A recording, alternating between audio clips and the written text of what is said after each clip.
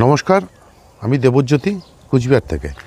সবার বাড়িতেই বা সবার ছাদ বাগানেই অ্যালামুন্ডা গাছ কিন্তু একটি দুটি থাকেই।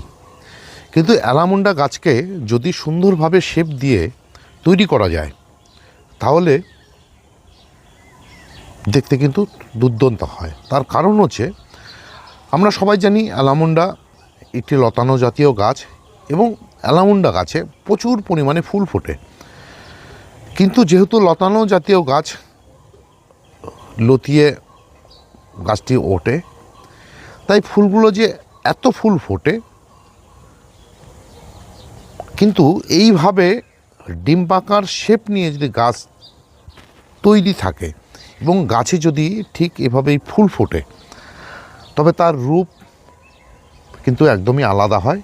যে এই গাছ সম্বন্ধে কী খাবার দিই অল্প বিস্তর আলোচনা করি। এই গাছগুলোতে আমি শীত এবং অল্প গরমে সর্ষের খোল জল দিই প্রতি সপ্তাহে।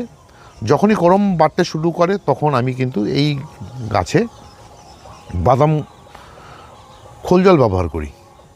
এছাড়া গাছে অতিরিক্ত ফুল পাওয়ার জন্য আমি কিন্তু এই গাছটিতে 10-26-26 ব্যবহার করি। এছাড়া ব্যবহার করি মাইক্রোনিউট্রেন। মাইক্রোনিউট্রেন কেন ব্যবহার করি? মাইক্রোনিউট্রেন ব্যবহার করতে হয় গাছের যে 8টি পুষ্টিমূল্য, যেটা পরিমাণে অল্প লাগে কিন্তু গাছকে দিতে হয়, সেই 8টি পুষ্টিমূল্য যেহেতু টবের গাছ সংগ্রহ করতে পারে না মাটির থেকে, সুতরাং তাদেরকে উপর থেকে দিয়ে যেতে হয়। এবং এই যে 8টি পুষ্টিমূল্য একমাত্র পাওয়া যায় ভালো মানের কোনো মাইক্রোনিউট্রেন বা অনুখাদ্যে, যেটা আমরা লিকুইড আকারে বা পাউডার আকারে পেয়ে থাকি।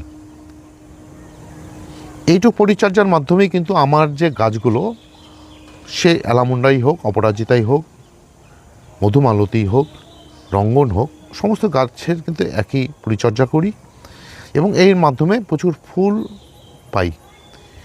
এই ছিল আজকের ভিডিওটি যদি ভালো লেগে থাকে তাহলে একটি লাইক দেবেন, কমেন্ট করবেন। সবাই ভালো থাকবেন, সুস্থ থাকবেন, সবুজের সাথে থাকবেন। ধন্যবাদ।